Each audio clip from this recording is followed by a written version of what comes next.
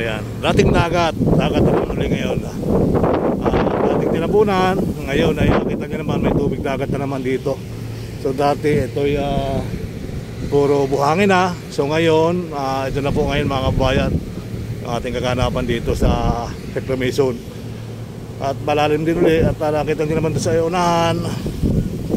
Yan yung unahan natin mga kabayan. Ay yung pinapatid natin dito ngayon ay talaga namang may dagat na uli. Dating tanabunan, ngayon dagat na uli.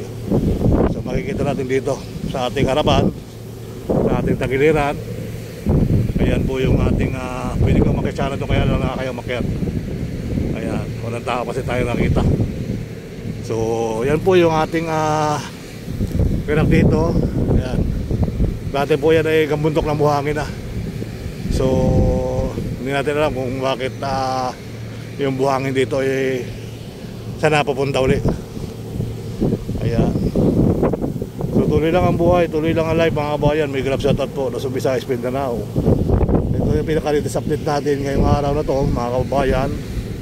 So after ng bagyong si Christine, ay makita nyo naman dito na may dagat na ulit dito. Dati kasi ito tabon-tabon na. Ayan. So kasi ito basurahan dati, hanggang ngayon basurahan pa rin. Alright, so magandang araw po sa inyong muli. Sir Bal Ayala muli nagpapalik sa inyong paningin. Channel natin lahat. So pasuporta rin kay Kuya Sir Bal Ayala. Hindi pa kayo nakasubscribe sa kanya mga kabayan, subscribe na rin po kayo ha. Maraming salamat guys. At muli po ay thank you so much. Ayan.